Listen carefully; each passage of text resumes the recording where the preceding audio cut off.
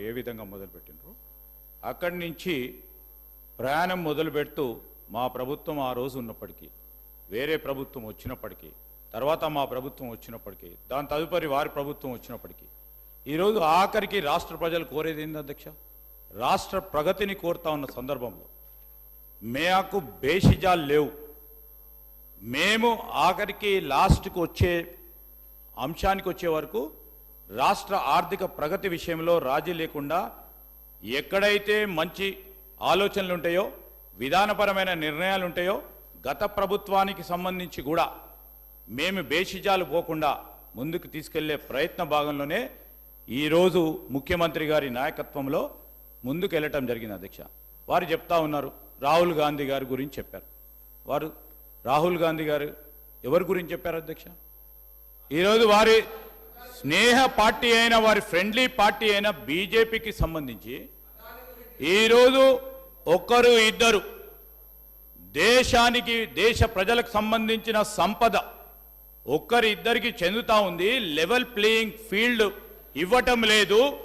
BJP కేంద్ర ప్రభుత్వం level playing field ఇవ్వటం లేదు అని రాహుల్ గాంధీ గారి ఆలోచన ముందుకు పెట్టారు. ఈరోజు రాష్ట్ర ప్రభుత్వం ఏం చేస్తూ ఉంది అధ్యక్ష?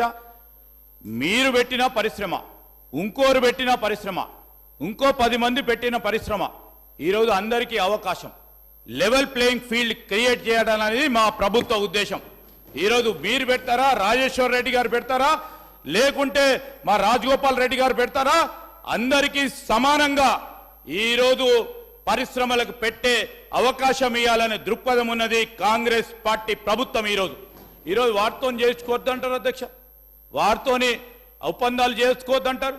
ఈరోజు మేము చెప్తా ఉన్నాం అధ్యక్ష, మేము వారికి మాకు అధ్యక్ష చెప్తా ఉన్నాం, ఎవరు వచ్చారని కాదు, ఈ రాష్ట్ర ప్రగతిలో భాగస్వాములం కావాలి.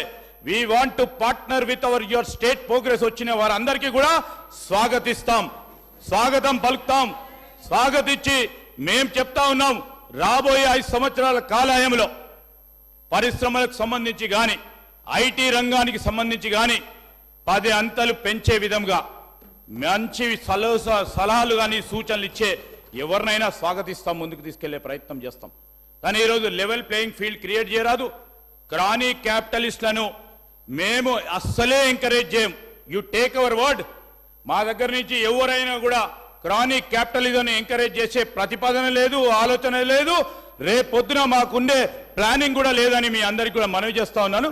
రాజేశ్వర్ రెడ్డి గారికి కోరుతా ఉన్నాను, ఎందుకంటే వారు కూడా ఒక యూనివర్సిటీస్ ఎస్టాబ్లిష్ చేసిన వ్యక్తిగా, ప్రైవేట్ యూనివర్సిటీ వ్యక్తిగా, వాణిజ్యం వ్యాపారం తెలిసిన వ్యక్తిగా ఈరోజు మీరు చెప్పే ప్రతి మాట ప్రజలందరూ చూస్తూ ఉన్నారు, దేశ ప్రజలు చూస్తూ ఉంటారు, అంతర్జాతీయ సంస్థలు కూడా చూస్తూ ఉంటారు.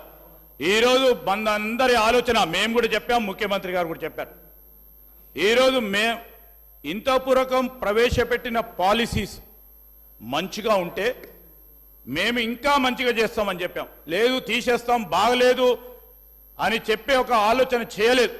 ఎందుకంటే ఆఖరికి వచ్చే వరకు రాజకీయాలు ఎటున్నా కానీ ఆఖరికి వచ్చే వరకు రాష్ట్ర ప్రగతి ముఖ్యమని ఆలోచన చేసే పార్టీ కాంగ్రెస్ పార్టీ. కనుకనే ఒక మంచి ఆలోచనతో ముందుకు పోతున్న తరుణంలో సలహాలు ఇవ్వండి, సూచనలు ఇవ్వండి. ఇప్పుడే మొదలుపెట్టిన మా ప్రయాణం. ఈరోజు అనేక పాలసీ నిర్ణయాలు తీసుకోవాల్సిన అవసరం ఉంది. ఎంఎస్ఎంఈ పాలసీ ఇప్పటి వరకు లేదు. ఎంఎస్ఎంఈ పాలసీ తీసుకొచ్చే ప్రయత్నం చేస్తూ ఉన్నాం. దాంట్లో మంచి సలహా సూచనలు ఇవ్వండి. ఈరోజు దాని క్రమంలో మంచిగా చేస్తారని రాజేశ్వర రెడ్డి గారు ఒక విద్యావేత్తగా ఆలోచన చేస్తూ ఉంటే మళ్ళా రాజకీయ